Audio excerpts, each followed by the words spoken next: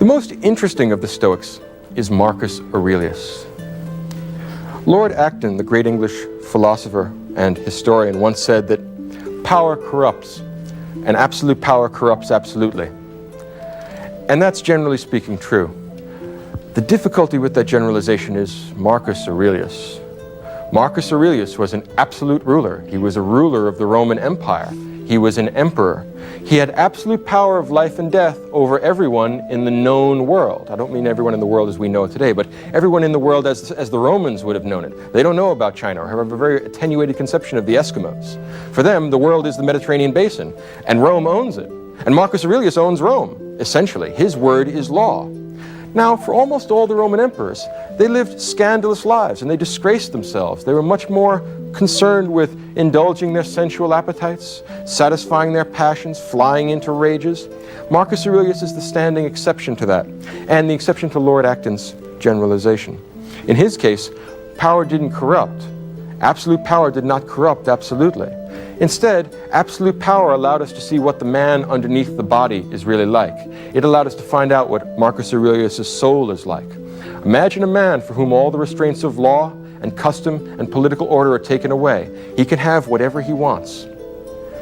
If a man under those circumstances behaves well, you know something about the soul underneath, because no external constraint is making him do what he is doing.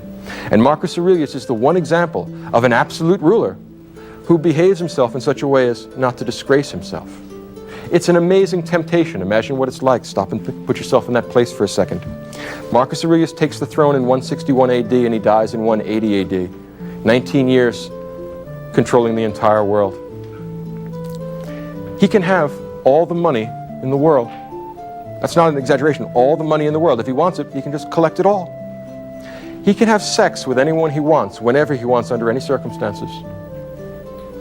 If he wants to get drunk, he can have wine brought in by the boatload, infinitely, forever. He can go on a drunk now and stay drunk for the next 19 years until he dies. Imagine anything that the bronze, desiring, emotional, irrational parts of your souls want. And now imagine that you can have it. Now, under those circumstances, imagine that you are forced to bear with this human condition for 19 long years.